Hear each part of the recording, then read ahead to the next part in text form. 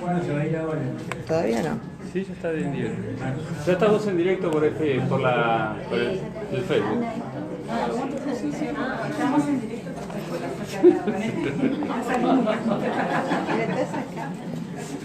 Si estamos en directo, porque si no, no dejamos de sacar. el sonido, queremos probar para ver cómo...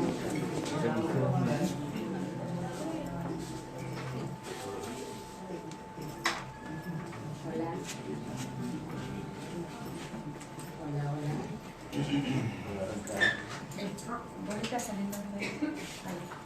Hola. Si hablas a la mañana. Para, algo.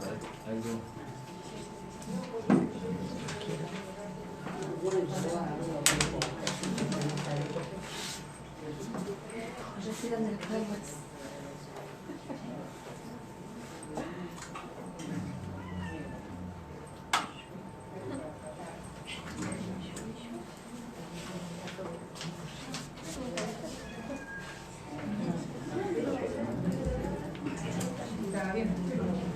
Hola, hola. Sí, Sí. hola.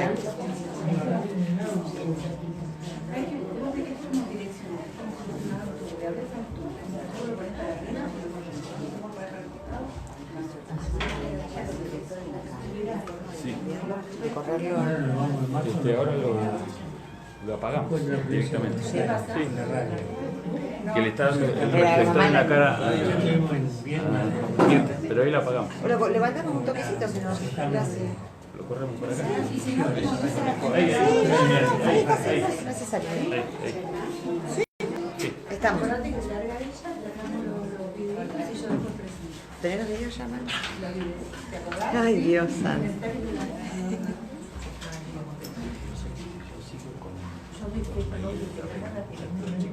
Ya estamos saliendo. Buenas tardes a todos, a todas, bienvenidos, bienvenidas. Felices de recibirlas en nuestra casa, la Biblioteca Jorge Fonseca, para compartir algo más de la vida de Jorge, secuestrado, detenido, desaparecido por la última dictadura cívico-militar que padeciéramos en los años 1976 hasta 1983. Jorge Fonseca, hijo de Ana María Fernandoy y Diógenes Fonseca, nació en Centenario el 11 de junio de 1953, pero fue registrado el 3 de octubre de ese año. Sus 6 hermanos y 2 hermanas lo recuerdan como un niño aplicado, inteligente e ingenioso, con una gran habilidad para reciclar objetos en desuso y creando así su propio divertimento. Desde pequeño trabajó ayudando a su madre a vender frutas y verduras. También se desempeñó como ayudante en un taller de chapa y pintura. Cursó la escuela primaria en la Escuela Rural 124 y la secundaria en el CEPEN número 1 de esta localidad. Cuando partió a La Plata para estudiar abogacía, era militante de la Juventud Peronista. Sus familiares, amigos, compañeros de escuela y de militancia, mucho podrían decirnos de su vida, de cómo reía, cómo escuchaba, cómo se solidarizaba y comprometía, cómo disfrutaba de la vida, de cómo amaba lo que hacía. Pero nada o muy poco podemos decir de lo que fue de él a partir de su secuestro y desaparición. Hoy vamos a compartir un retacito de esta etapa previa al secuestro, porque tenemos el deber de seguir construyendo la historia para no olvidar. Y no olvidar para que se haga justicia, para saber qué pasó. No olvidar para hacer visibles los sueños y utopías de una generación diezmada por el horror. No olvidar para no repetir. Shirley Herrero, periodista, entrevistará a Mirta Aldisone, amiga personal de Jorge, sobre ese retacito de la vida que no sabemos. Vamos a contar hoy que bueno, esto surgió a partir de que la Biblioteca Fonseca todos los 24 hace sus sus días de la memoria a la mañana para que podamos participar los que van a la marcha de las madres por la tarde. Entonces, en esos 24 de marzo, hace 2 años ya, una ex detenida desaparecida dio el testimonio respecto a cómo se vivieron y cómo se vivió la persecución militar a los jóvenes que militaban, a los dirigentes, como parte del testimonio para los más chicos, para los jóvenes que van de las escuelas, para que sepan qué era vivir en dictadura y por qué nunca más.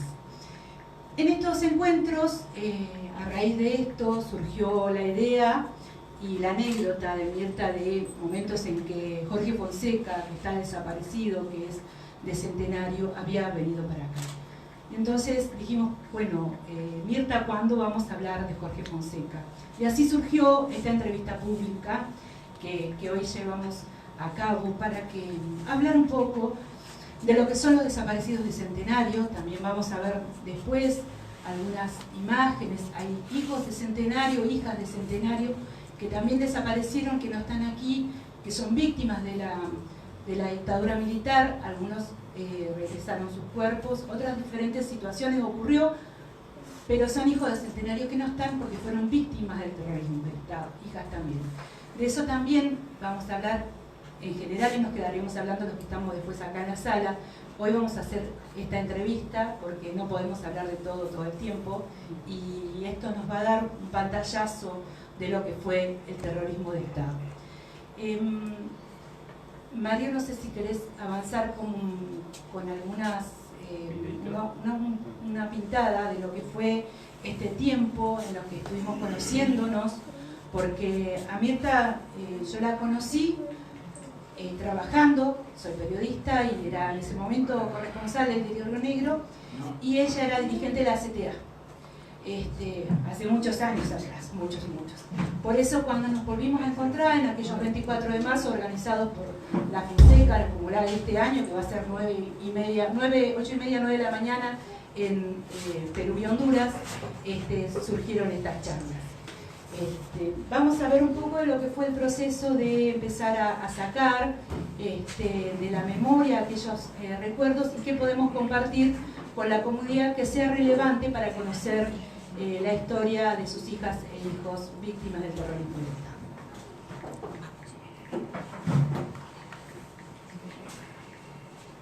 Esto fue posible por Mirta, también por Fermina, que lo conoció de joven y participó con él en muchas partes, y por Mario, que entre todos colaboramos para que se pudiera ir desarrollando estos breves instantes de media hora que vamos a compartir con este testimonio.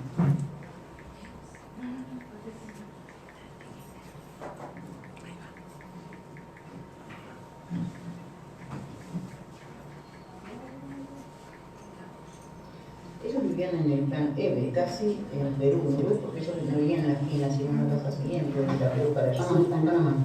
Sobre la Panamá, la segunda casa desde la Perú para allá. Ahí vivían sus papás. Yo lo conocí en la escuela, en la escuela del CP1, que funcionaba donde ahora es el C29, el CEMOI. Él iba un año antes que yo. Y nosotros éramos muy contentos, siempre fuimos desde el curso, el segundo año y ellos iban al tercero, ahí empezamos, además había consideración ahí de parejas, de un curso al otro, así que éramos recontra con pinche. Y después con la militancia, porque Jorge, bueno, yo cuando tenía el centro de alfabetización, Jorge iba, algunas veces presenciaba clases con otra gente. Jorge tenía 18, y por ejemplo, cuando se abrió el centro de alfabetización en donde estaba el hangar de los aviones, ahí había un espacio, era un galpón gigante, y se abrió un centro de alfabetización que estaba a mi cargo. Y la verdad que era de noche, ¿viste? Jorge muchas veces me acompañaba, yo vivía en la calle San Juan Bosco, Bueno, esto era para dar un pantallazo de cómo ha sido estos días de trabajo, de encuentro, hasta que empezamos a soltarnos un poquito y hablar un poco más así. Tengo que acercar el micrófono, Mirta, así que un poco más suelto de lo que fueron aquellos tiempos, porque fueron muy dolorosos, y entonces traen recuerdos que por ahí cortan la palabra. Pero no por eso significa que no esté bueno empezar a contar. Entonces, Mirta, ¿cómo fue y en qué circunstancias conocías o conociste a Jorge Fonseca ya de los 18, 20 años? Mira, Jorge es un año menor que yo, así es que nos conocimos militando en realidad. Cuando Fermina, no sé si Monona, Córdoba, alfabetizaban en Villa Obrera, nosotros éramos todo un grupo de la juventud peronista de aquel entonces, íbamos con pico y pala y hacíamos instalación de agua en las casas, o sea, poníamos una manguera en la calle en Villa Obrera, eso es lo que hacíamos. Allí lo conocí a Jorge en la unidad básica, obviamente militando. Bueno, hasta que él se fue a La Plata a estudiar, allí con otras compañeras, todos los meses les comprábamos mercadería en una cooperativa que había frente a lo que era Santito, allá abajo, y le mandábamos mercadería, siempre pues sabíamos que él trabajaba y estudiaba. Así es que, bueno, cuando me quedé embarazada de mi hija, él enseguida habló con mi marido y le pidió ser el padrino de Vanina. Entonces, bueno, él estuvo viniendo, yendo y viniendo hasta tanto Vanina cumplió los 3 años. Ese fue el último año, en el 77. Bueno, nosotros nos enteramos cuando pasó lo de La Plata, que llamaron su departamento. Para que no vayamos tan rápido, contame cómo fue esta ida, cuando ustedes hablan con Jorge, cómo fue esta ida a estudiar abogacía, y cómo estudiando en abogacía, pues estuvo casi 3 años, cómo fueron estas idas y venidas de Buenos Aires hasta Centenario, porque esto fue en el 73 que se fue para allá Jorge Fonseca. ¿Cómo fue del 73 al 76, que es el golpe de Estado, esta convivencia de amigos que van y vuelven a estudiar? Bueno, él cuando se fue a La Plata, pues ya te cuento esto, de que le mandábamos mercadería con otras compañeras, y él trabajaba en un taller de chapa y pintura a mediodía, y mediodía estaba en la facultad. Así es que cuando venía para las vacaciones, generalmente no era que podía venir muy seguido, venía a casa, siempre nos juntábamos, seguíamos en la militancia menos que antes, porque era poco el tiempo que él estaba acá, ¿no? Pero, bueno, bautizamos a mi hija, tenía 8 meses, en un enero que él vino, la bautizamos, y de allí esa foto del día del bautismo de Vanina. ¿Cómo supieron ustedes del allanamiento? Ya en 76 había sido el golpe de Estado, ya tenía 3 años Jorge de estudiar en La Plata y trabajar. ¿Cómo supieron del allanamiento y bueno, cómo lo tomó y cómo supieron después del allanamiento de Jorge? Contanos.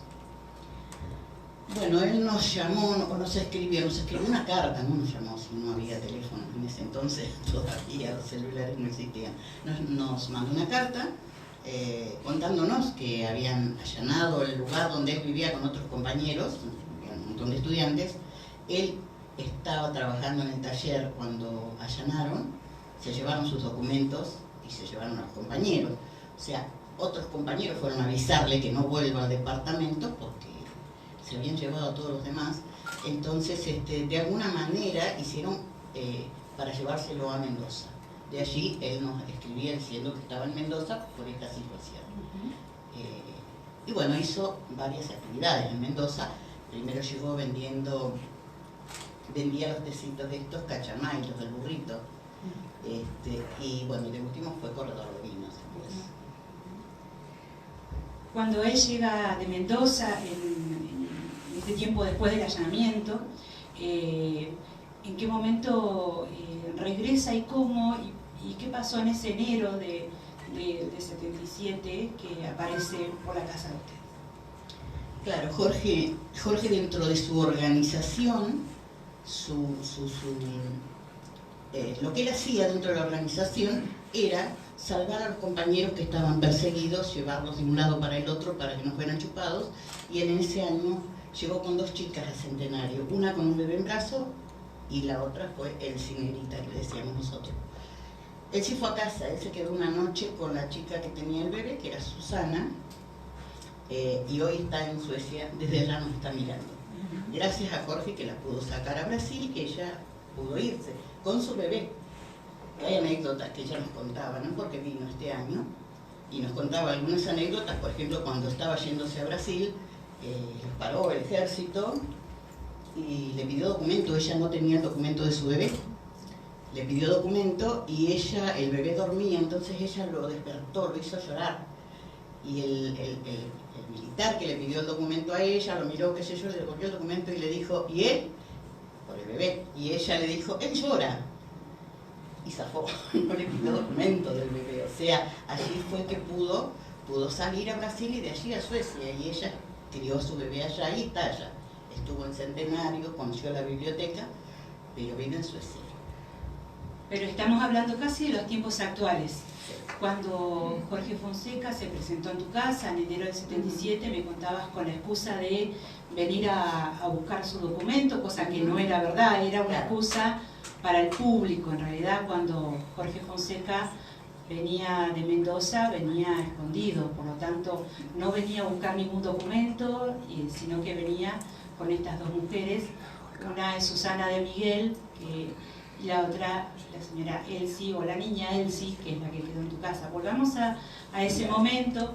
Esto es medio complicado, les cuento del resto, porque a veces la gente que vivió ese momento nos habla como va y viene en el tiempo, como si nosotros hubiéramos estado ahí. Muchos de nosotros éramos mucho más chicos, entonces disculpen la intervención, pero de esto se trató, hablar un poquito antes, así vamos haciendo el relato.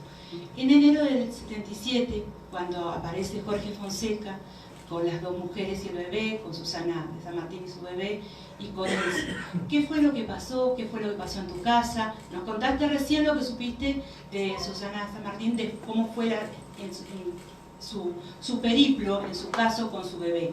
En el caso de la otra persona, ¿qué pasó? Bueno, él la trajo a casa y habló con mi marido. Él con Roberto eran muy amigos y él tenía toda la confianza del mundo. Entonces lo llamó a él afuera, hablaron, porque siempre se hablaba bastante en clave. Él sí era Negrita, yo supe que se llamaba Elsa porque un día lo escuché a él decir Elsie, pero bueno, le pidió si podía dejarla a la chica, que estuviera con nosotros, o sea, desde allí crear toda una historia para mi familia, decirles que era una chica que yo tomé para que cuidara a Vanina, que yo trabajaba en los galpones. Y bueno, esta chica estuvo con nosotros varios meses, hasta fines de septiembre, primeros días de octubre. Se había encariñado muchísimo con nosotros y con Vanina, sobre todo con ella. Y ¿Vanina qué tiempo tenía? Y Vanina cumplió los 3 años ese año. Sí, ese año cumplió los 3 años, Jorge vino. El 13 de junio es el cumpleaños de Vanina, Jorge vino el cumpleaños de ella. Pero para esto sí, él venía como que estaba renovando su documento, pero había perdido en La Plata. Venía distinto. Se había dejado bigote, estábamos acostumbrados a verlo de alpargatitas y cintillos de pintura, venía con ropa de vestir y de bigote, con un maletín, entonces estaba muy distinto, pero bueno, estas cosas, él sí o negra, estuvo en casa todos esos meses y esa temporada de cosecha, ella se sentía mal porque veía que nosotros estábamos haciendo la casa, que por ahí no sobraban cosas. Entonces quería trabajar, cosa que a mí me daba miedo, que con ese documento fuese a buscar trabajo, ¿no? Contamos que vos hablas hoy de Elsie Becerra, pero cuando ella estuvo en tu casa tenía un documento con otro nombre, y con ese nombre fue a trabajar a Cobesa, que era el galpón donde trabajaba mi marido, y ella en ese documento se llamaba Ávila Rosa Irma Ávila, sí, así se llamaba ella. Y bueno, consiguió trabajo y trabajó la temporada, ella estaba chocha, yo tenía terror de que saliera, pero bueno, estuvo y ya te digo, hasta en junio fue el cumpleaños de Vanina, lo festejamos, vino Jorge, le hicimos la torta, qué sé yo. ¿Venía mucho tiempo Jorge en venía, hasta que se fueron ellos dos? ¿Cuánto tiempo tuvo? Y Jorge venía cada 3 meses, más o menos, sí. ¿Y hablaban entre ellos? Hablaban entre ellos, sí. Ellos se iban a un lugar, charlaban solos, que un día yo, ahí escuché que le dijo él sí, entonces... ¿Supiste que no era Rosa? Claro, que no era ese su nombre. Ellos conversaban y bueno, después él le comentaba a mi marido si se iba, si cuándo volvía, cuándo la iba a venir a buscar, esas cosas, ¿no? ¿Cuánto tiempo estuvo él sin tu casa? Él estuvo desde enero, primeros días de enero, hasta fines de septiembre, primeros días de octubre. Y en ese tiempo que Jorge iba y venía, se comunicaba qué les pudo decir ella a ustedes cuando entró en confianza. A mí me contaba que sus papás eran docentes en Mendoza, que su papá era director de una escuela rural, que a su hermano lo habían chupado, que lo habían podido recuperar por esto de los contactos que tenían los padres, pero que estaba con las piernas fracturadas, muy torturado, muy mal de la cabeza, qué sé yo, y ella estaba también bastante asustada en esto. Tenía otras hermanas, pero ella era la más perseguida, no sé si las demás no militaban o qué, pero ella y su hermano fueron los que más la pasaron mal. Era de Mendoza. Ella era de Mendoza, sí. Y de ahí venía Jorge. Claro, Jorge venía desde allá, sí. Bueno, contame qué pasó, en qué momento... Bueno, cuando él llegó un día, llegó a buscarla y bueno, no podíamos creer que se fuera, qué sé yo, estaba todo. Fuimos a acompañarlos a Neuquén, se fueron en tren, obviamente, nos fuimos todos en colectivo hasta Neuquén, las dejamos en la estación y se fueron.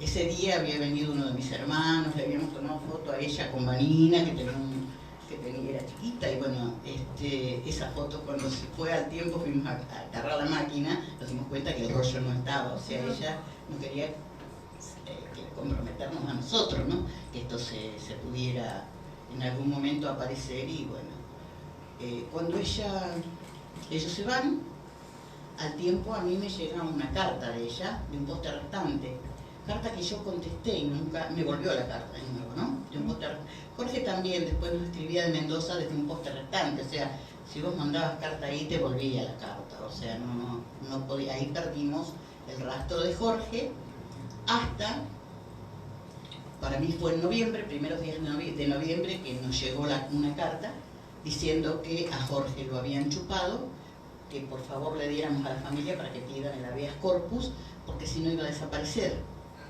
¿Esa carta de quién venía? De Negrita. Nosotros cortamos el nombre para que sea.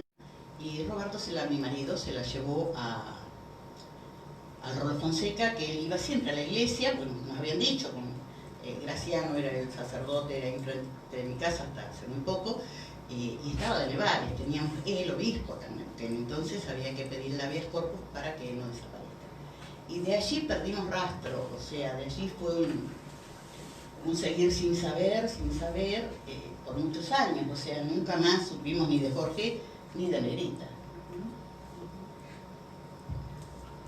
¿Cuándo volviste a saber de Negrita? Después de esa carta, ya estamos hablando de septiembre, octubre, noviembre de 1977 en este relato. ¿Cuándo volviste a conocer o saber qué había sido de Negrita? Y esto fue hace poco, en momentos en que...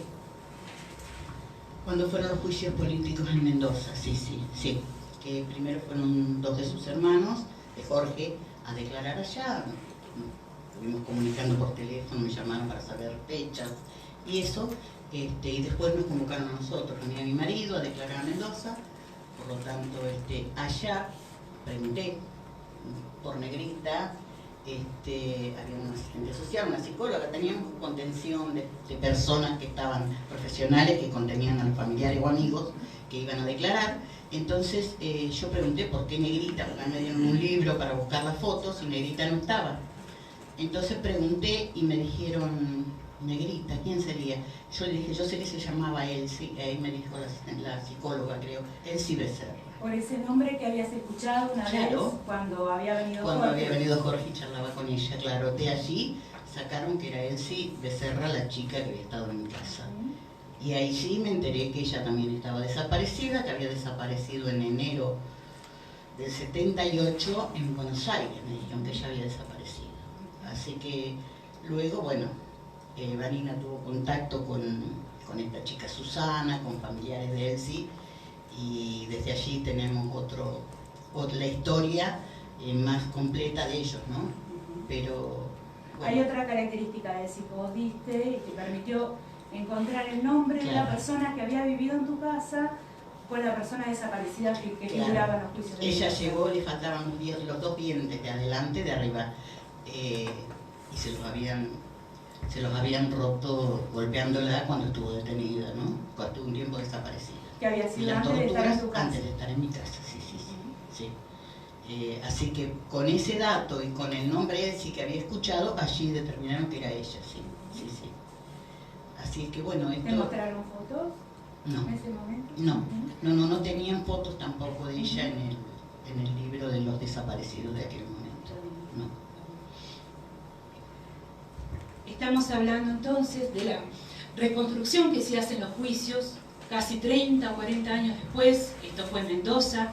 Se hizo el juicio en Mendoza porque Jorge Fonseca fue secuestrado en un operativo en Mendoza y por eso salía de allá y por eso llaman a quien hubiera conocido o sabido algo para reconstruir las cosas desde aquello, y por eso no conocemos ni conocimos, como es en el caso de acá de Neuquén Capital, el caso de Jorge Fonseca ventilado en los juicios de Neuquén, porque era de Neuquén, estudiaba en La Plata, militó, pero el lugar donde se produjo el delito, el secuestro, la desaparición forzada, la tortura fue en Mendoza, y por eso se juzgó ahí.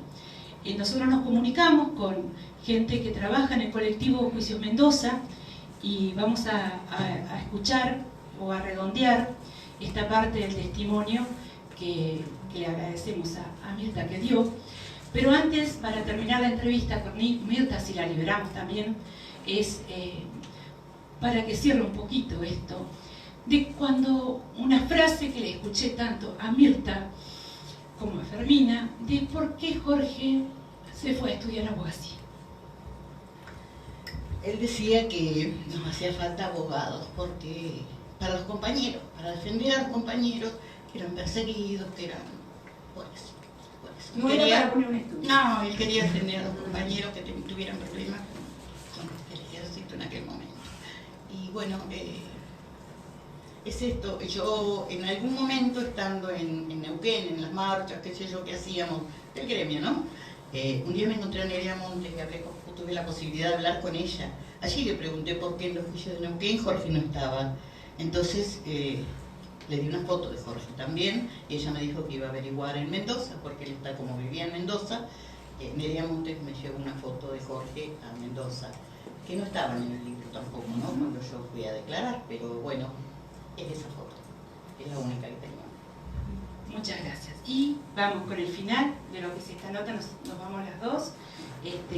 Continúa el cierre. Esto ha sido una entrevista pública. Es una entrevista que habitualmente tenemos los periodistas con nuestra entrevistada, y ustedes han tenido el gusto de participar. Habitualmente es así. Generalmente es más trabada cuando es algo más, pero por eso nos reunimos antes, para que sea más mejor para la comprensión y para la lectura.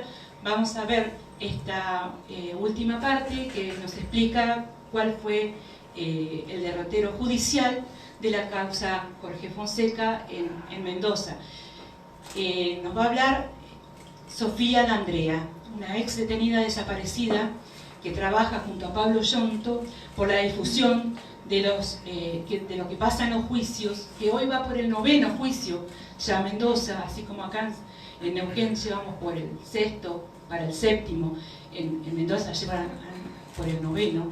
Y qué importante es en aquellos momentos para todos, porque no todo el mundo sabe todo. Siempre hay un testigo que aporta una parte, que aporta la otra. Esto lo vivimos, acá está Nati, con el caso de cuando se ventiló el caso de su hermano, que una cosa es lo que sabía ella, otra cosa era lo que sabían los amigos del trabajo, otra cosa sabían la gente que lo vio cuando lo secuestraban.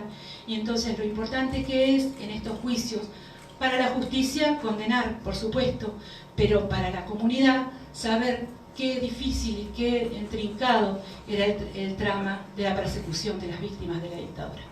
Y los dejo con Sofía de Andrea. Me cruzo y después... Dale.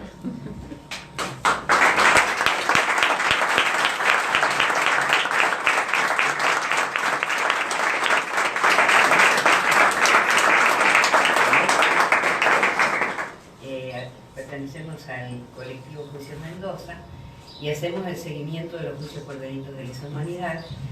Y en el 2011 se trató, en mi primer juicio, se trató el caso de Jorge Fonseca. Estaba acusado una militar de ejército que pertenecía a inteligencia, y ahí quedó medio difuso su caso, te lo comento. Primero porque en realidad no había certeza del lugar a donde había sido secuestrado. Se suponía que era en el marco del operativo Escoba. El operativo Escoba fue un operativo nacional que se hizo entre fines de noviembre y principios de diciembre de 1977 contra los miembros del Partido Comunista Marxista-Leninista. El operativo se realizó centralmente en La Plata, Mar del Plata, Córdoba y Mendoza. Y lo cierto es que lo que se pudo saber ahí es que él había estado trabajando para una bodega como corredor, que se había refugiado ahí, pero que evidentemente hacía como de apoyo para conseguir ir salvando a sus compañeros.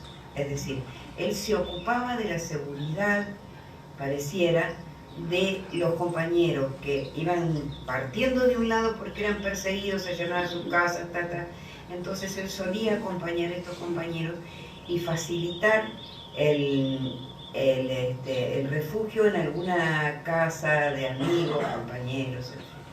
Luego se pudo saber que él en realidad, por testimonios, el matrimonio Pisone-Carsolio, un matrimonio de La Plata, fíjense, Jorge Fonseca había vivido en La Plata, estaba estudiando ahí, entonces se supo que se alojó en la casa de sus compañeros y casi inequívocamente se trata de él porque los vecinos hablan, y una de los hijos, creo que es de la familia de Tisone, da cuenta que con ellos vivió un muchacho de determinadas características que coinciden con las características de Jorge Fonseca, y que fue llevado en el mismo operativo que levantaron a la pareja. Pero llegaron así, una patota, y secuestró a Carsolio y a su esposa en el mismo acto.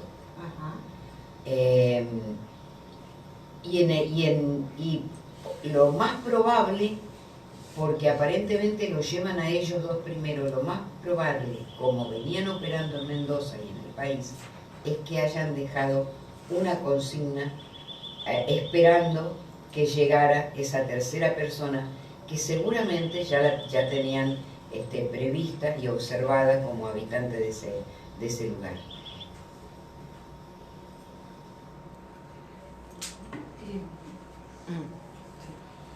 Hay una parte final en el librito que organizamos, lo ponemos después del poema de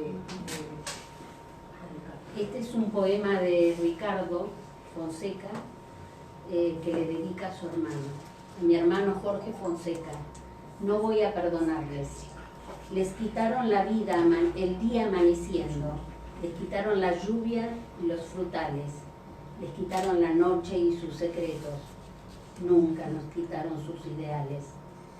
Les quitaron las manos, la mirada, les quitaron los niños de la sangre, les quitaron un mundo de repente. Nunca nos quitarán sus ideales. Les quitaron el sol y sus espejos, les quitaron abrazar sus verdades, les quitaron el sueño de sus dioses. Nunca nos quitarán sus ideales.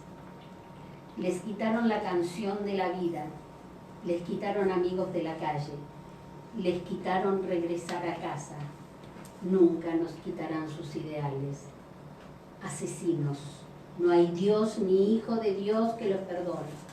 Yo ni muerto habré de perdonarles.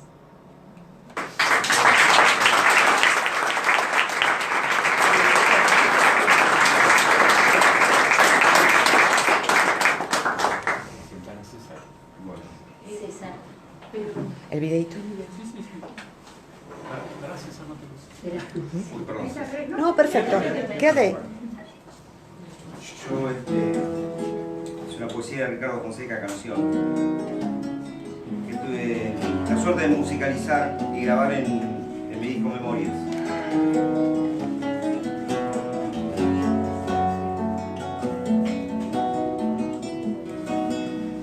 No me voy a perder este cielo, mucho menos un día domingo, y este sol estallando en las calles, mientras voy a encontrarme contigo.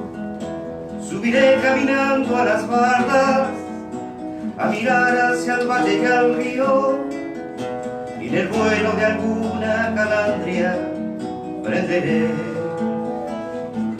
un barrilete de niño. No me voy a perder ni soñando este cielo, un día domingo.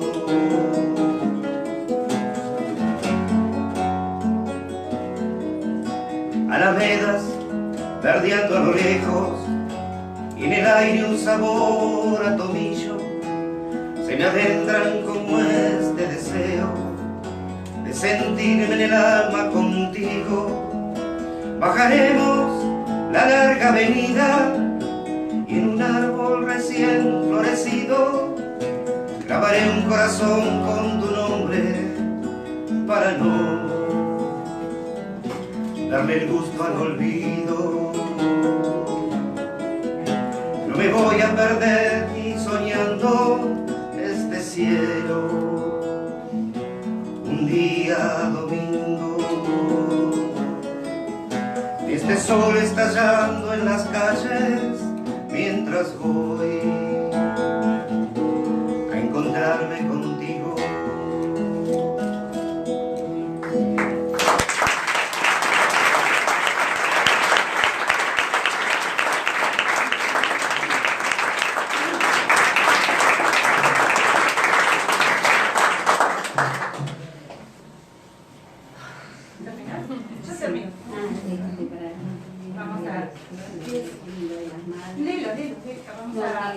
Bueno, agradecerles a todos y a todas que estén aquí.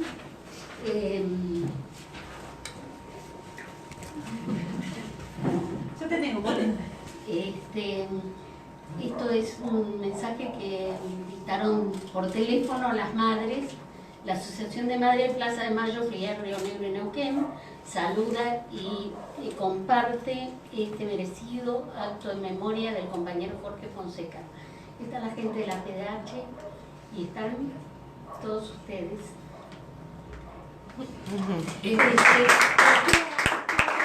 Graciela, está acá Perla. Sí la fue conmigo a la escuela primaria. Y la verdad es que, bueno, me había prometido no hacer este papelón, pero bueno, nada, eso. La idea era que si alguien tenía algo que decir, vamos a ir cortando la transmisión de Facebook. Bien. Antes de cortarla, después nos vamos a quedar a hablar y a charlar con más tranquilidad porque no estamos saliendo en vivo. Hay una persona que no encontramos las fotos adecuadas para poner, que es un sobreviviente de la tortura, que es de Centenario, vivió mucho tiempo en Centenario, que se llama José Antonio Jiménez. Lo conocí ya cuando él fue anterior corresponsal del diario Río Negro, acá en Centenario. Él estuvo en 3 centros clandestinos por buscar a su hija Lili, que hoy vimos acá en las fotos. Y fue una de las personas que reconoció el centro clandestino, la escuelita de acá en Neuquén, regresando a la democracia. Fue muy importante para testimoniar y dar detalles y para buscar, y en la base de todo el proceso judicial están sus testimonios. Testimonio ante la CONADEP, ante las comisiones, ante los militares cuando quisieron investigar, ante la justicia una vez y otra vez, y gracias a eso su testimonio también favoreció para conocer y dar veracidad a esto que en Neuquén se decía que no existía y que era el centro clandestino que funcionó en los fondos del batallón, donde también fue la última vez que fue visto muchos de los jóvenes de acá de la región. Cerramos la transmisión de la Fonseca y seguimos aquí con el público presente compartiendo este momento de memoria. Gracias.